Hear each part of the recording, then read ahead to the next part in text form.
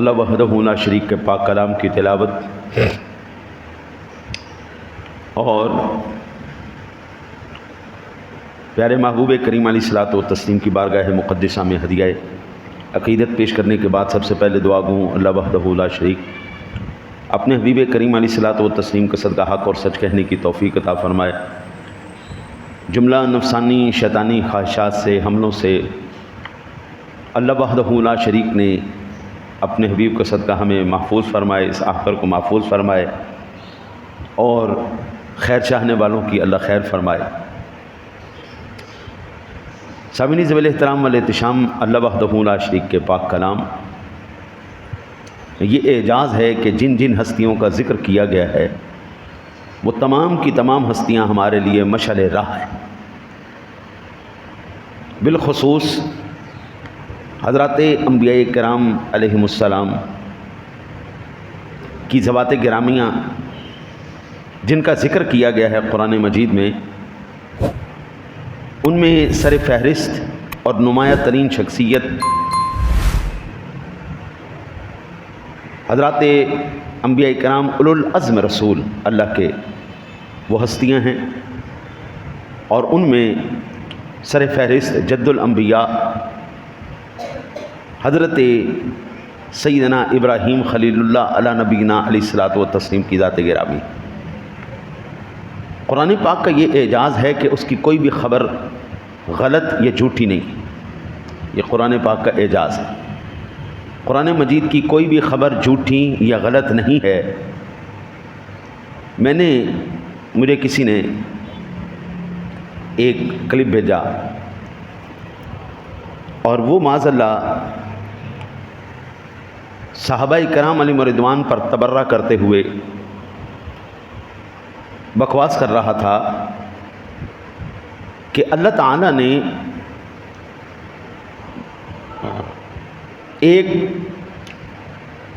صدیق بنایا جس کا نام ابراہیم ہے، اس نے 3 جھوٹ بولے۔ اللہ کا صدیق 3 جھوٹ بولتا ہے تو خود سوچو نبی کا صدیق کتنا جھوٹا ہوگا۔ اس نے یہ کی بکواس، اس کی مجبوری تھی، اس کے پیٹ کا مسئلہ تھا، اس کے عقیدے کا مسئلہ تھا اور اس کے مسلک کا مسئلہ تھا، جس کی وجہ سے اس نے یہ بکواس کی۔ سورہ مریم ہے، آیا مبارکہ 41 ہے، ارشاد باری تعالیٰ ہے وَاذْكُرْ فِي الْكِتَابِ إِبْرَاهِيمَ إِنَّهُ كَانَ صِدِّيقًا نَبِيًّا، اور اس پاک کتاب کے اندر ابراہیم کا ذکر کرو، یقیناً وہ سچے اللہ کے نبی تھے۔ جس کو سچا اللہ کہے ہمیں اس پر بھی یقین ہے، جس کو سچا رسول اللہ کہیں ہمیں اس پر بھی یقین۔ ہمیں نہ تو شک اللہ کے کلام میں ہے، نہ ہی شک نبی کے فرمان میں ہے۔ اللہ کا کلام بھی سچا، نبی کا فرمان بھی سچا۔ کائنات ادھر کی ادھر ہو سکتی ہے، میرے رب نے کہا ہے وہ سچا ہے تو وہ سچا ہے۔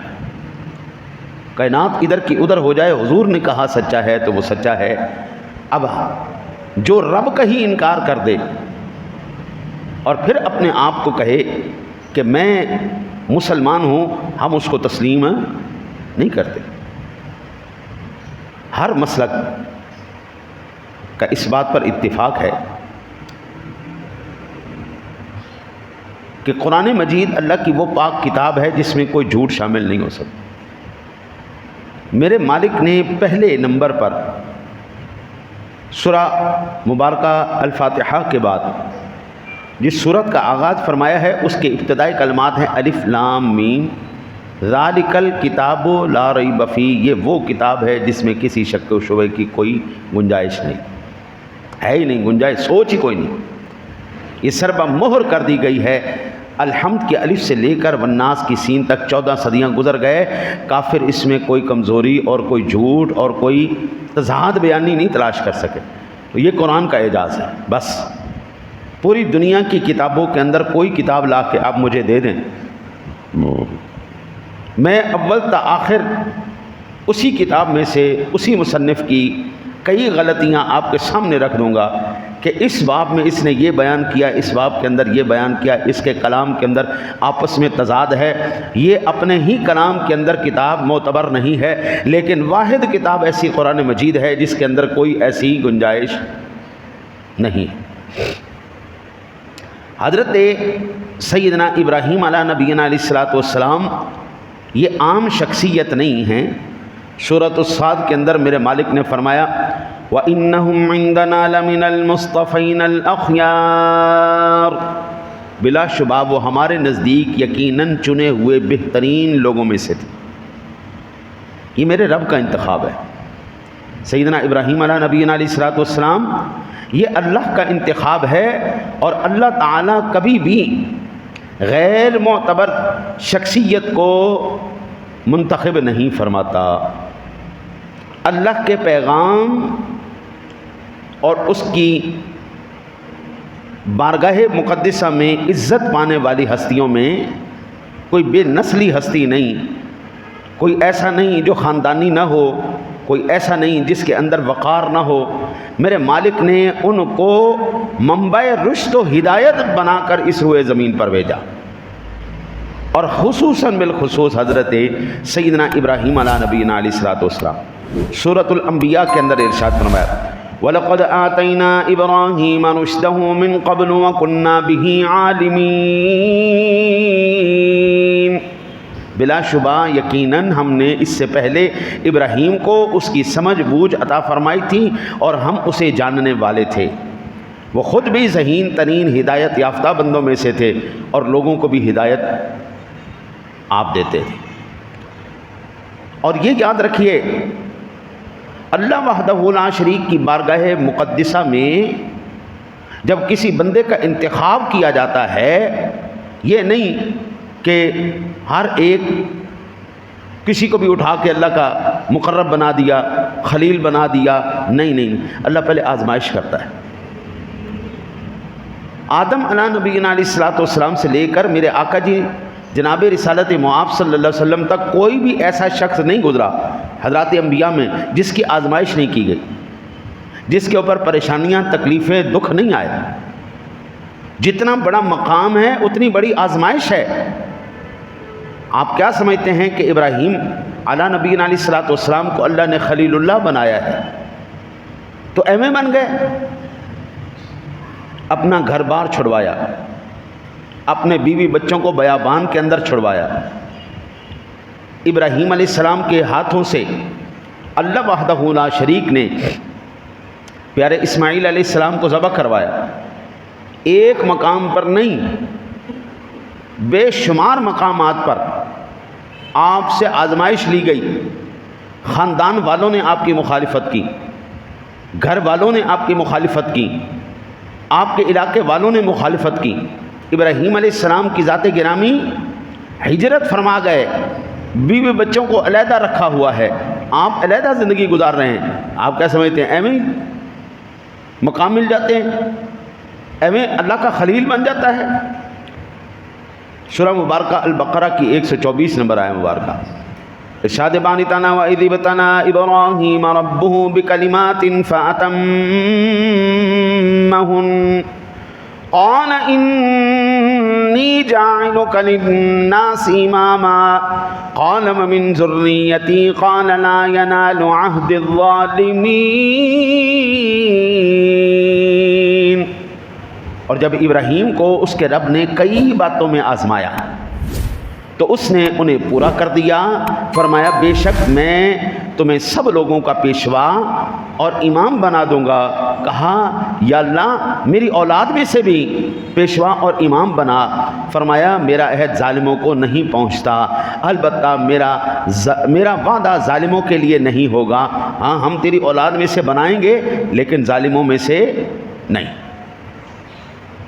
اب یہ آزمائش کس نے کی؟ سادہ لفظوں میں امتحان کس نے لیا؟ اللہ تعالیٰ نے۔ کس چیز کے لیے لیا؟ امامت کے لیے لیا، پیشوائی کے لیے لیا، اپنے قرب کے لیے لیا۔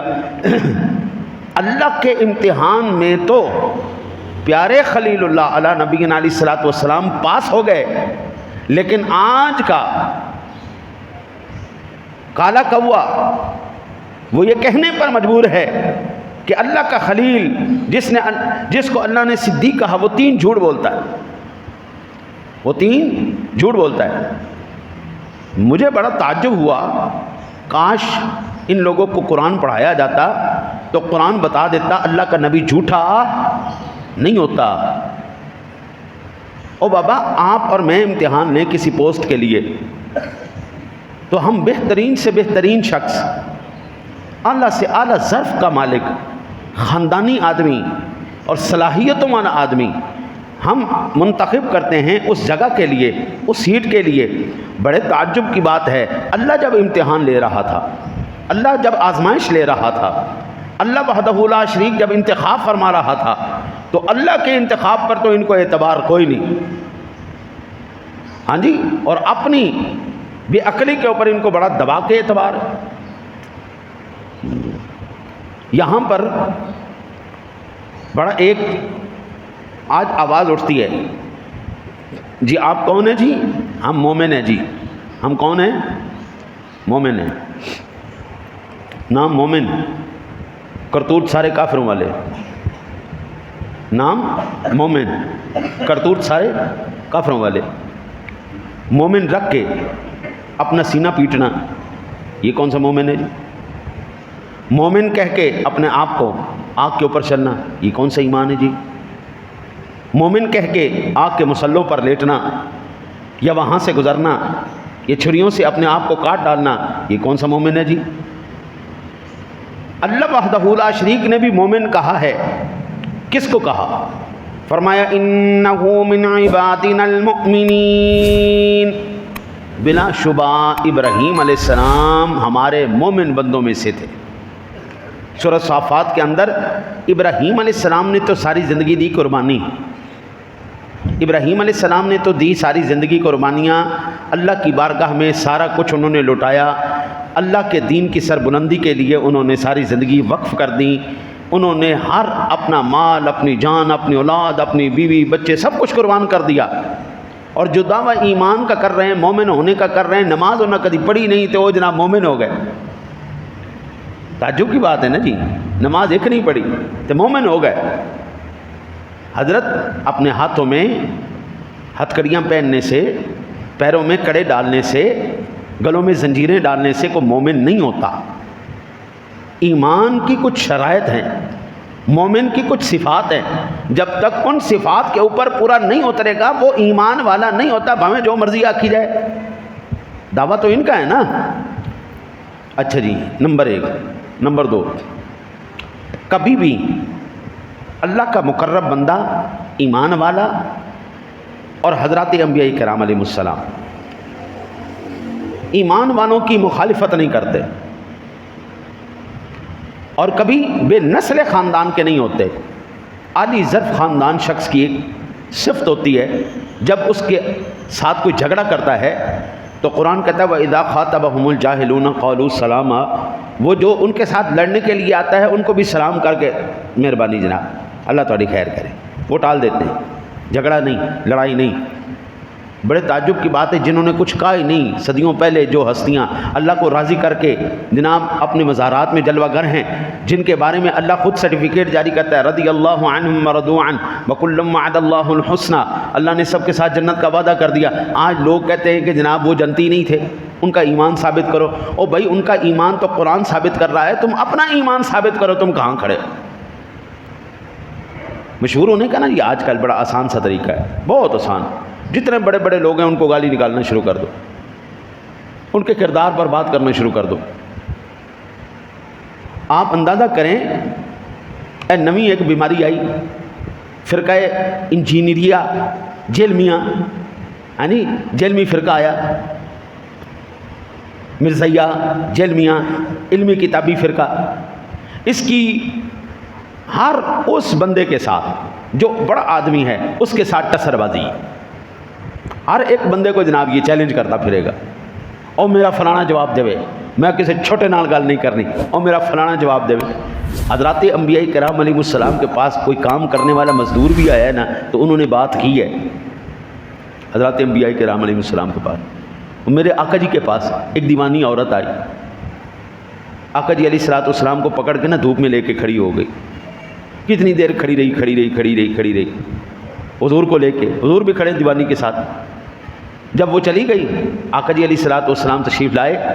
صحابہ نے عرض کی یا رسول اللہ وہ تو دیوانی تھی, ذہنی طور پہ دماغ نہیں اس کا کام کرتا. فرمایا اگر میں بھی دیوانوں کی بات نہ سنوں تو کون سنے گا؟ اگر میں بھی نہ سنوں تو کون سنے؟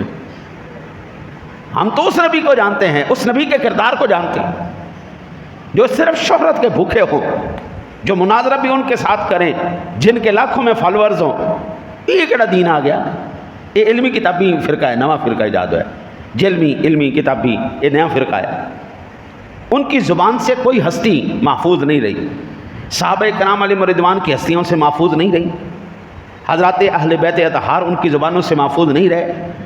یہ وہی مشن ہے جو یہود نے اور نصارہ نے, عیسائیوں یہودیوں نے مل کر اسلام کو گرانے کی کوشش کے لیے ایک نیا شدنا چھوڑا تھا.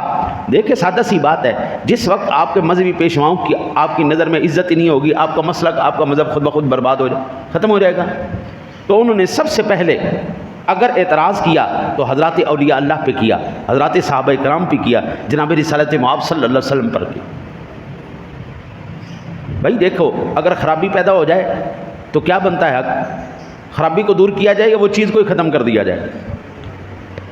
مثال کے طور پر آپ کی ٹانگ میں کینسر کا پھوڑا نکل آیا ہے اور اب ڈاکٹر کے پاس گئے. ڈاکٹر نے کہا جناب اس بندے کو زہر کا ٹیکہ دے کے مار دو کیونکہ اس کی ٹانگ پہ پھوڑا نکل آیا ہے.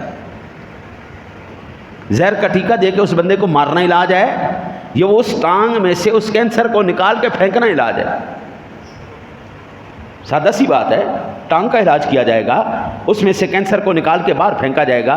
ہم یہ بات تسلیم کرتے ہیں کہ خرابیاں پیدا ہوئی ہیں, غلطیاں ہیں, لیکن اس کا یہ مطلب نہیں کہ سارا کچھ ہی بندہ ہی مار دو اور جہاں پہ خرابی ہے ان خرابیوں کو دور کیا جائے. مثلاً کہتے ہیں نہیں مزارات کے اوپر طواف ہو رہا ہے, حالانکہ آج تک میں کئی مزارات پر گیا ہوں, میں نے طواف ہوتے کوئی نہیں دیکھا, جھوٹ بولتے. سجدہ ہو رہا ہے, وہ جاہل کرتے ہیں, بھنگی کرتے ہیں, چرسی کرتے ہیں, اور چرسیوں کا ایمان ان کا ایمان ہے, یہ چرسیوں سے اپنا دین لیتے ہیں. کبھی آج تک کسی عالم کو سجدہ کرتے دیکھا ہے؟ کسی پڑھے لکھے کو دیکھا ہے؟ میں نے تو نہیں دیکھا. بھائی مجھے صدیاں گزر گئیں, کتنے دن گزر گئے, 45 سال سے زیادہ ہو گیا حضرات اولیاء اللہ کے مزارات پر حاضری دیتے ہوئے. ہم نے علماء کو بھی دیکھا ہے, جاہل کا عمل, جاہل کا فعل ہمارے لیے کوئی دلیل تو نہیں ہے, ہمارے لیے دلیل تو اللہ اور اس کے رسول کا فرمان ہے. ہم تو اپنے بزرگوں کو دیکھتے ہوئے آئے ہیں, آج تک ہم نے کسی بزرگ کو سجدہ کرتے ہوئے نہیں دیکھا. جاہلوں کے پاس اپنا دین ہی کوئی نہیں, ایمان ہی کوئی نہیں, اور ان کو وہ دلیل جو چرسیں پی کے بھنگے پی کے او لی شور مچا رہے ہوتے ہیں, یہ ان کو دلیل پیش کر رہے ہیں. ایک وہ دلیل ہے, ان کی زبان سے کوئی بھی ذات محفوظ نہیں ہوتی. صحیح بخاری شریف کے اندر 3390 نمبر پر روایت موجود ہے. میرے آقا جی نبی کرم صلی اللہ علیہ وسلم نے فرمایا الکریم ابن کریم ابن کریم ابن کریم یوسف ابن یعقوب ابن اسحاق ابن ابراہیم علیہم السلام. جس بندے نے کریم ابن کریم ابن کریم ابن کریم ابن کریم دیکھنا ہو, وہ بندہ دیکھے یوسف بن یعقوب بن اسحاق بن ابراہیم علیہ السلام. یوسف بھی کریم, یعقوب بھی کریم, اسحاق بھی کریم, ابراہیم علیہ السلام بھی کریم علیہم السلام. ان ہستیوں جیسی کوئی ہستیاں ہے ہی نہیں. کریم ہی کرم ہی کرم, عافیت ہی عافیت. ابراہیم علیہ نبی علیہ الصلوۃ والسلام کی ملت کا فرد ہو, اپنے آپ کو ملت ابراہیمی کہلائے, اور پھر ان کے وارثوں کو وہ برا بھلا کہے. اب دیکھیں نا جی, ایک موٹی سی مثال ہے. آپ کی عمر تھی 15 سال, آپ کے ماں باپ کے درمیان ہوگی لڑائی. 15 سال کی عمر میں آپ کے درمیان ہوگی لڑائی, اور 50 سال کی عمر میں آپ پہنچ گئے, آپ بھی زندہ ہیں, آپ کے ماں باپ فوت ہو چکے ہیں. 50 سال کی عمر آپ کی ہو گئی, آپ آپس میں لے کے وہ مسئلہ بہ گئے, ساڈے پیو ورگی چبل ہے ہی کوئی نہیں سی. انہیں 15 سال کی عمر ساڈی ماں نے لڑائی کی سی, ساڈی ماں ورگی کھچ ہے ہی کوئی نہیں سی, انہیں ساڈے پیو نہ لڑائی کی سی. بندہ جتی چوک کے اس دے سرے نہ مارے, بے شرم آدمی. ماں باپ کا جھگڑا تھا آپس میں, کوئی تنازع تھا, 50 سال پہلے کی بات ہے, ہاں جی, دہائیوں پہلے کی بات ہے. آج اس کو یہاں پر لے کر بیٹھ کے ڈسکس کرنے کا کیا مقصد ہے؟ اگر دہائیوں پہلی بات لے کر کے کسی کو طعن کرنا یہ انسانیت نہیں کہلاتا، یہ اچھی اولاد کے وہ نہیں ہے معاملات کہ اچھی اولاد اپنے ماں باپ کے جھگڑے کو لے کر وہ برسر ممبر وہ اس کو موضوع بنائے، وہ اس کو ڈسکس کرے۔ اگر 30 سال پہلے، 15 سال پہلے، 40 سال پہلے کیے گئے جھگڑے کو 50 سال 30 سال بعد یاد کرنا یہ دانائی نہیں ہے، تو 14 صدیاں پہلے جو مسئلے حل ہو چکے ہیں، 14 صدیاں پہلے جو مسئلے حل ہو چکے ہیں، بھائی کون سے ایسا گھر ہے، کون سا ایسا قبیلہ ہے جس کے درمیان جھگڑا نہیں ہوتا؟ آج تک روئے زمین پر کوئی ایک گھر آپ نہیں دکھا سکتے جس گھر کے اندر جھگڑا نہیں ہوا۔ میاں بیوی کے درمیان جھگڑا ہوتا ہے، بہن بھائیوں کے درمیان جھگڑا ہوتا ہے، اس کا یہ مطلب نہیں ہوتا وہ اس کے جانی دشمن ہو گئے۔ وہ جھگڑا وقتی ہوتا ہے اور کسی وجہ سے ہوتا ہے، پھر وہ جھگڑے ختم ہو جاتے ہیں۔ 14 صدیاں پہلے اگر جھگڑا ہوا صحابہ کرام کے درمیان، صحابیات کے درمیان، تو حضرت کچھ مصلحت کے پیش نظر کوئی جھگڑا ہوا، پھر وہ حل بھی ہو گئے، پھر 14 صدیوں بعد ان کو موضوع بحث لا کر کے ان لوگ وہ تمام جن کو نہیں بھی پتا ان کو بتانا یہ دانائی نہیں، یہ سوائے بے وقوفی کے اور کچھ بھی نہیں۔ جب بھی تذکرہ کیا جائے گا ان کے محاسن کا کیا جائے گا، جو فوت ہو جائے اس کی اچھی باتوں کا تذکرہ کیا جائے گا۔ مرنے کے بعد از وصال کسی بھی شخص کی برائی کے ساتھ تذکرہ نہیں کرنا، اس کی اچھائیوں کو یاد کرنا ہے۔ یہ آقا جی اعلیٰ نبینا علیہ الصلوۃ والسلام کی ذات گرامی نے ہمیں تربیت عطا فرمائی۔ یاد رکھیے قرآن پاک کے اندر بے شمار ایسے مقامات ہیں جن مقامات میں صرف حضرات انبیاء کرام علیہ السلام کے کمالات کا ذکر کیا گیا، ان کے عیوب کا ذکر نہیں کیا، ان کے اوپر نقص نہیں کیا گیا کہ یہ نبی تو تھا ہی ایسے، اس سے تو کام ہی نہیں ہوا، معاذ اللہ معاذ اللہ۔ جب بھی ذکر ہوا ان کے کمالات کا ذکر ہوا ہے، ان کی شانوں کا ذکر ہوا ہے۔ مثلا سورۃ النحل کے اندر فرمایا ان ابراہیم کان امۃ قانتا للہ حنیفا ولم یک من المشرکین شاکرا لانعمہ اجتباہ وہداہ الی صراط مستقیم۔ بے شک ابراہیم ایک امت تھا، فرد واحد ایک امت تھا، اللہ کا فرما بردار، ایک اللہ کی طرف ہو جانے والا، اور وہ مشرکوں سے نہ تھا، اس کی نعمتوں کا شکر کرنے والا، اس نے اسے چن لیا اور اسے سیدھے راستے کی طرف ہدایت دی۔ اللہ وحدہ لا شریک نے فرد واحد کو امت کہا، ایک امت کی مانند کہا۔ آپ کا کام ایک امت کی مانند کیا کہ ایک بندے نے جو کام کیا ہے وہ فرد واحد کا کام نہیں تھا، وہ پوری امت مل کر کام کر سکتی تھی۔ ہم نے اس ایک فرد واحد سے اتنا کام لیا جتنا ایک امت کا کام تھا۔ یہ کمالات کا ذکر کیا گیا، نقص بیان نہیں کیے گئے۔ جہاں پر بھی آپ قرآن پاک کھول کے دیکھیں گے آپ کو یہ پتہ چلے گا اللہ تعالیٰ نے ہمیشہ اپنے نیک بندوں پر اس کے کرم کا، اس کے فضل کا، اس کی رحمت کا، اس کی عنایات کا، اس کی بخشش کا، اس کی مغفرت کا اور ان کے اعزازات کا اللہ نے ذکر کیا ہے، کہیں پر نقائص بیان نہیں کیے۔ مثلا فرمایا وَوَهَبْنَا لَهُم مِّن رَّحْمَتِنَا، اور ہم نے انہیں اپنی رحمت سے حصہ عطا کیا ابراہیم علیہ السلام کو۔ سورہ مریم کے اندر، پھر سورہ مریم ہے، سورہ مریم کے اندر اب بی بی مریم کا ذکر ہو گیا تو ہم بی بی مریم کا ہی ذکر کر لیتے ہیں۔ اللہ وحدہ لا شریک نے بی بی مریم کو جو مقام عطا فرمایا قرآن مجید کے اندر ہے۔ حضرت بی بی مریم وہ محراب کے اندر موجود ہیں اور حضرت زکریا علیہ السلام تشریف لائے اور آپ نے بے موسم پھل ان کے پاس دیکھے۔ پوچھا انا لک ھذا، بولی قالت هو من عند اللہ، بی بی مریم یہ پھل کہاں سے آ گئے؟ یہ اللہ نے دیے۔ ان اللہ یرزق من یشاء بغیر حساب، اللہ جب چاہتا ہے جس کو چاہتا ہے بے حساب عطا فرما دیتا۔ بے موسم پھل جو ہے اس میں بڑے تعجب کی بات نہیں ہے، اللہ تعالیٰ نے مجھے عطا فرمایا۔ گرمیوں کے پھل سردیوں میں آ رہے ہیں، سردیوں کے گرمیوں میں آ رہے ہیں۔ اب حضرت زکریا علیہ السلام نے وہاں پر ان پر کوئی اعتراض نہیں کیا۔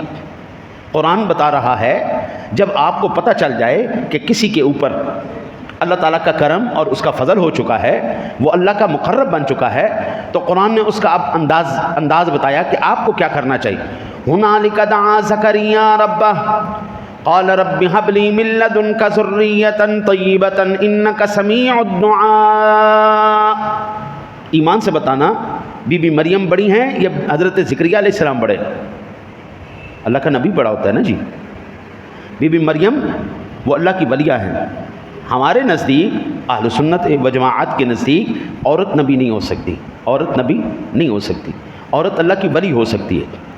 اللہ تعالیٰ نے نبوت اور رسالت خاص طور پر مردوں کے لیے انتخاب فرمائی۔ نبی اور رسول صرف اور صرف مرد ہوگا، عورت کو یہ منصب نہیں مل سکتا۔ اگر یہ منصب ملتا تو سب سے پہلی حقدار اماں جی حوا ہوتی جو ہماری ماں ہیں، پھر اسلام کے اندر بی بی خدیجہ ہوتی، حضور کی ساری ازواج ہوتی، خاتون جنت ہوتی، میرے نبی کی ساری صاحبزادیاں ہوتی، یہ ساری نبیاں ہوتی، لیکن اللہ کی قسم اللہ نے نبوت عورتوں کے لیے نہیں رکھی، نبوت اور رسالت مردوں کے لیے۔ حضرت زکریا علیہ السلام اللہ کے نبی ہیں، بی بی مریم اللہ کی ولی ہیں، مرتبے میں زکریا علیہ السلام بڑے ہیں، مرتبے میں بی بی مریم چھوٹی ہیں، لیکن ان پر اللہ کا کرم جب دیکھا تو زکریا علیہ السلام نے یہ نہیں دیکھا میں بڑا ہوں یہ چھوٹی ہے۔ قرآن کہتا ہے ہنالک دعا زکریا ربہ، وہیں پر پیارے زکریا علیہ السلام نے کھڑے ہو کر دعا کی، رب ہب لی من لدنک ذریۃ طیبۃ انک سمیع الدعاء۔ اے اللہ اگر تو مریم کو بے موسمی پھل دے سکتا ہے تو یحییٰ کو بڑھاپے کے اندر بے موسمی اولاد نہیں دے سکتا؟ بھئی 60 سال کی عمر میں، 70 سال کی عمر میں، 80 سال کی عمر میں عموماً اولاد نہیں ہوتی۔ 60 سال کے بعد اولاد والا کھاتا ختم ہے، اس کے بعد ممکن نہیں ہے۔ پھر جس طرح عمر آگے بڑھتی جائے گی وہ اور زیادہ کم ہوتے جائیں گے چانسز۔ 70 سال، 80 سال، 90 سال کی عمر میں اولاد، اب کہے کہ 90 سال کی عمر میں وہ بیٹا پیدا کرے، نہیں ہو سکتا۔ لیکن اللہ تعالیٰ کا پاک کلام بتا رہا ہے اللہ والوں پر جہاں پر کرم کیا جاتا ہے، اگر وہاں پر کھڑے ہو کے کوئی بڑے سے بڑے مرتبے والا بھی دعا کرے گا، ہم یہ سنت مقرر کر رہے ہیں آنے والی نسلوں تک ہم بے موسمی اس کے اوپر اپنی رحمتیں نازل کرتے رہیں گے۔ یہ قرآن ہے۔ مرتبہ زکریا علیہ السلام کا بڑا ہے، کھڑے بی بی مریم کے محراب میں ہیں، ان کی عبادت گاہ میں ہیں، صرف بے موسمہ پھل دیکھا ہے، رب سے فوراً وہیں پر کھڑے ہو کر دعا کر رہے ہیں، یا اللہ اس کو بے موسمہ پھل دے سکتا ہے، مجھے بے موسمی اولاد نہیں دے سکتا؟ حضرت ابراہیم علیہ السلام کو آج خود اللہ نے 90 سال کی عمر میں یا 100 سال کی عمر میں اللہ نے اولاد عطا فرمائی۔ او بابا یہ تو اس کے اپنے جو ہے نا جی فیصلے ہیں، وہ جب چاہتا ہے جس کے لیے چاہتا ہے وہ فیصلہ کر دیتا۔ اور بات ہو پیارے ابراہیم علیہ نبینا علیہ الصلوۃ والسلام کی، ان پر تو پھر رب نے احسانات کی بارش فرما دی۔ خلیل تھے نا جی، اپنے یاروں کی بات کچھ اور ہوتی ہے، عوام کی بات کچھ اور ہوتی ہے، یار کی بات کچھ اور ہوتی ہے۔ میرے مالک نے فرمایا سلام علی ابراہیم کذالک نجزی المحسنین، ابراہیم پر سلام ہو، ہم اسی طرح نیکی کرنے والوں کو بدلہ دیتے ہیں۔ جو اللہ کے ساتھ یاری لگائے گا، اللہ کہتا ہے میرے ساتھ لگانے والا یاری کبھی بھی پچھتاتا نہیں ہے۔ حضرت دنیا کے اندر بڑے بڑے طاقتور، بڑے بڑے خرنوس قسم کے لوگ آئے، بڑے بڑے پاورفل لوگ آئے، بادشاہ آئے۔ حضرت ابراہیم علیہ السلام کے زمانے کی بات دیکھیں، نمرود اس وقت کا عالمی سپر پاور۔ آج تو جھگڑا ہے نا جی، آج روم کہتا ہے میں سپر پاور ہوں، روس کہتا ہے میں سپر پاور ہوں، امریکہ کہتا ہے میں سپر پاور ہوں، چائنا کہتا ہے میں سپر پاور ہوں، انڈیا کہتا ہے میں سپر۔ آج تو سارے جھگڑ رہے ہیں نا جی آپس میں، نہیں جی ہم سپر پاور۔ اسرائیل کہتا ہے جی میں سپر پاور ہوں، جن میں منہ جو آ رہے ہو کہیں جا رہے ہیں۔ حقیقی سپر پاور اس دور کی نمرود تھا۔ آپ اندازہ کیجئے جہاں جہاں تک اس سے پہنچا جا سکتا تھا وہ جا کے اپنی عبادت کرواتا تھا، جہاں پر اس سے پہنچا نہیں جا سکتا تھا وہاں پر اس کے لیے بت مقرر کر دیے گئے تھے کہ جناب یہاں پر میری عبادت کی جائے گی۔ امریکہ ہو، افریقہ ہو، پورا بر صغیر ہو، پوری ایشیا ہو، پورا یورپ ہو، پوری دنیا کے اندر اس کی حکومت۔ 4 بندے ہی ایسے گزرے ہیں جن کو پوری دنیا پر سلطنت نصیب ہوئی. یہ سلطنت کی، یہ سکندر اعظم کیوں مر گیا؟ یہ صرف اختیار کے پیچھے، اقتدار کے پیچھے، حکومت کے پیچھے، زمین کے پیچھے، ملک فتح کرنے کے پیچھے 35 سال کی عمر میں اوگ گیا. میں نہیں مانتا سکندر اعظم کو. میرے نزدیک تو سکندر اعظم جناب سیدنا عمر فاروق اعظم رضی اللہ تعالیٰ عنہ کی، جو 6 بر اعظموں پر ایک فرد واحد حکومت کر رہا تھا، جس کا صرف درہ مدینے کے اندر ایسے زمین پر آتا تھا، اس کی دھمک پاکستان تک محسوس کی جاتی. 6 بر اعظموں پر جس کے درے کی آواز دھمکتی تھی، ہم تو اس کو سکندر اعظم مانتے ہیں. یہ کون سے سکندر اعظم؟ جب تک زندہ تھے ان کا کوئی قانون چلا نہ چلا.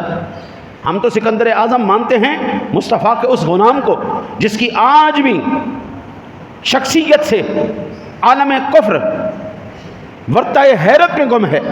آج بھی اس کے نام سے شیطان کانپتا ہے. سکندر اعظم تو ہم اسے کہتے ہیں. 14 صدیوں کے بعد بھی جس کا دلوں میں احترام ہو، سکندر اعظم اس کو کہتے ہیں. ہم یہ دنیا کے سکندروں کو نہیں مانتے. البتہ نمرود تھا، پورے عالم پر اس کی حکومت، طاقت اس کی، فوج اس کی، حکومت اس کی، اختیار اس کا.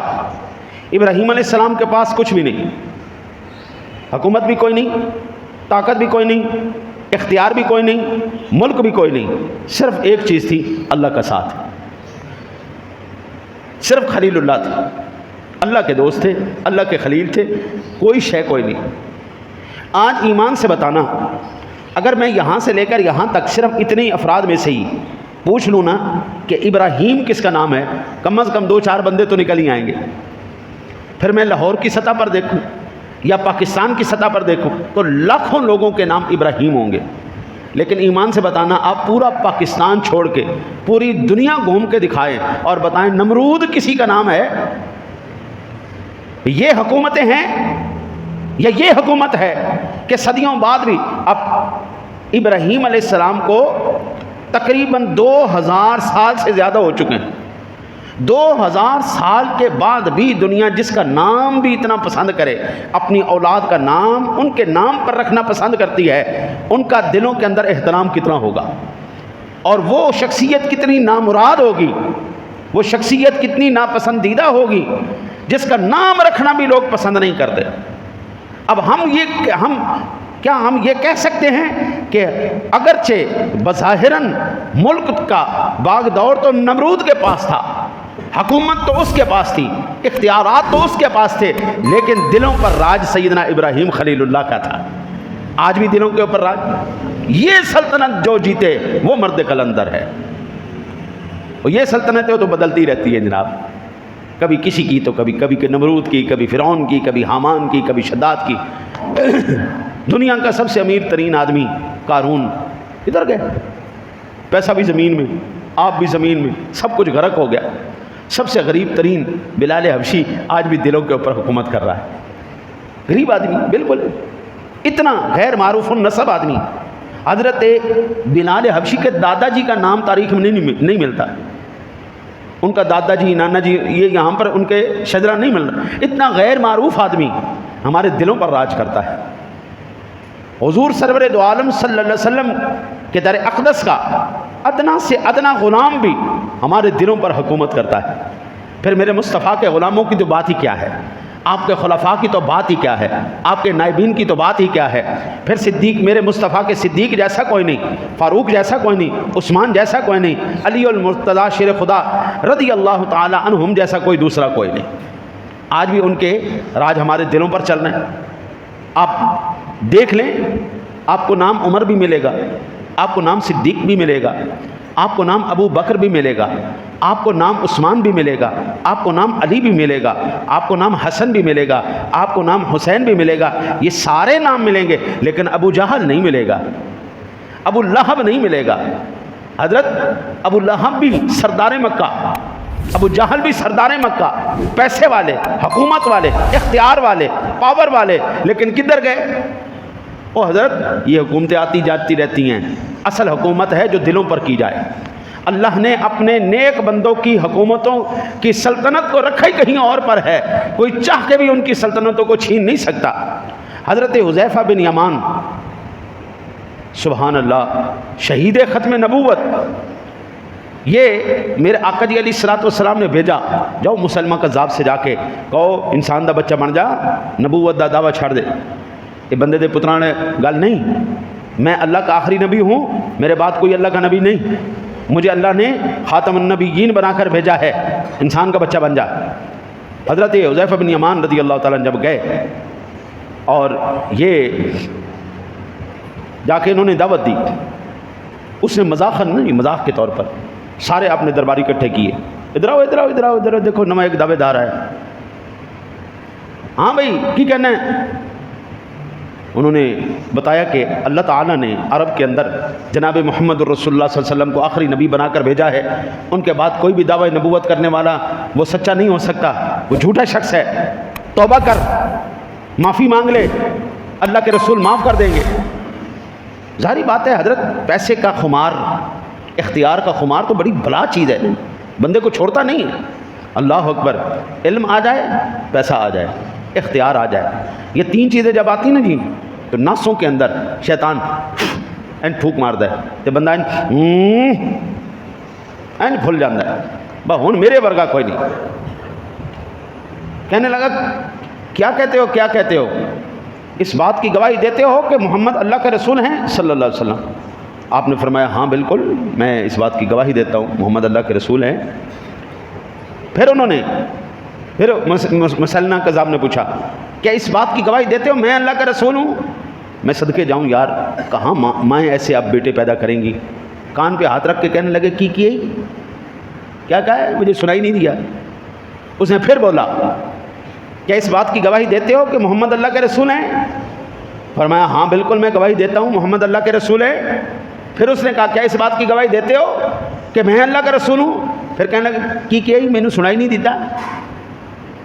تیسری مرتبہ پھر کہا اس نے، مسلمہ کہنے لگا چنگا ڈورا ہے، عجیب بہرے ہو، جب میں کہتا ہوں محمد اللہ کے رسول ہیں صلی اللہ علیہ وسلم فوراً تو کہتا ہاں، اور جب میں کہتا ہوں میں ہوں تو تیرے کان خراب ہو جاتے ہیں۔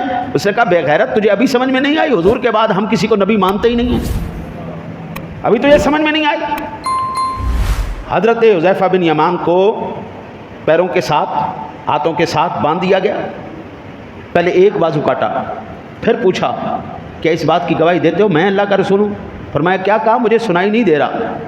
پھر دوسرا بازو کاٹا گیا، پھر پوچھا گیا، پھر وہی جواب تھا، پھر ایک ٹانگ کاٹی گئی، پھر دوسری کاٹی گئی، آپ کے سارے جسم کے اعضاء کو ٹکڑے ٹکڑے کر دیا گیا، جب تک آپ کی جان میں جان تھی ایک ہی کہتے رہے میرے نبی خاتم النبیین ہیں، حضور کے بعد کوئی نبی۔ اللہ کے حبیب کے تو ایسے چاہنے والے جن کی حکومتیں دلوں کے اوپر ہیں، زمینوں پر نہیں ہیں، زمینوں کے اقتدار بدلتے رہتے ہیں، دلوں پر کی گئی حکومتیں نہیں بدلتی۔ اب ان کے اقتدار کی اوقات کتنی ہے، آئیے وہ بھی ہم دیکھتے ہیں۔ نمرود جو اپنے آپ کو سپر پاور مانتا تھا اپنے وقت کی، جو اپنے آپ کو سپر پاور مانتا تھا، اللہ نے ایک لنگڑا مچھر دماغ میں بٹھا کر، ایک لنگڑا مچھر دماغ میں بٹھا کر صبح بھی 5 جوتے مروائے، شام کو بھی 5 جوتے مروائے۔ لو جی اینی اوقات ہے حکومت دی۔ ہمارے پاکستان کے اندر، میری زندگی کے اندر، ان 50 سالوں میں گزشتہ ہم نے کئی حکومتوں کو آتے ہوئے دیکھا ہے، کئی حکومتوں کو جاتے ہوئے دیکھا ہے۔ کئیوں کے فالوور ایسے تھے کہ بھائی ان کے نام پر مر مٹنے کے لیے تیار تھے، جب ان کے لیڈر گئے پھر یاد کرنے والا بھی کوئی نہیں رہا۔ لیکن اللہ کی قسم 50 سال پہلے بھی حضور کے غلام اسی طرح دیوانے تھے، 50 سال بعد آج بھی حضور کے دیوانے اسی طرح دیوانے۔ 50 سال پہلے بھی میرے مصطفیٰ کی حکومت دلوں کے اوپر تھی، آج بھی حکومت دلوں کے اوپر ہے، آئندہ صدیوں کے اندر بھی میرے مصطفیٰ کی بھی اور ان کے غلاموں کی حکومتیں دلوں پر ہوں گی۔ جن سلطنتوں کے شہنشاہ اللہ نے اپنے نیک بندوں کو بنایا ہے، وہ سلطنتیں کوئی کسی سے چھین نہیں سکتا۔ چند دنوں کے بعد پوری دنیا اس بات کا نظارہ کرے گی، چند دنوں کے بعد پوری دنیا اس بات کا نظارہ کرے گی جو ہزاروں سال پہلے اللہ کے پیارے خلیل نے ایک سنت ادا کی تھی، بغیر کسی رنگ و نسل کے امتیاز کے، گورا بھی، گندمی بھی، کالا بھی، عربی بھی، اجمی بھی، ہاشمی بھی، قریشی بھی، سید بھی، پٹھان بھی، چودھری بھی، ہر ایک سنت ابراہیمی ادا کر رہا ہوگا۔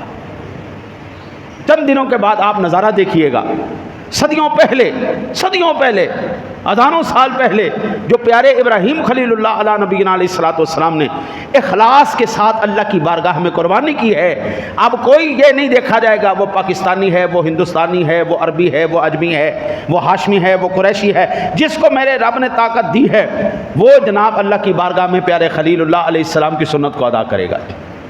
اب ایمان سے بتاؤ، حکومت اس کو کہتے ہیں یا اس کو کہتے ہیں جہاں پر آپ کے اپنے ہی اقتدار کے اندر رہنے والے ملازمین آپ کی ہی جانیں لے لیں؟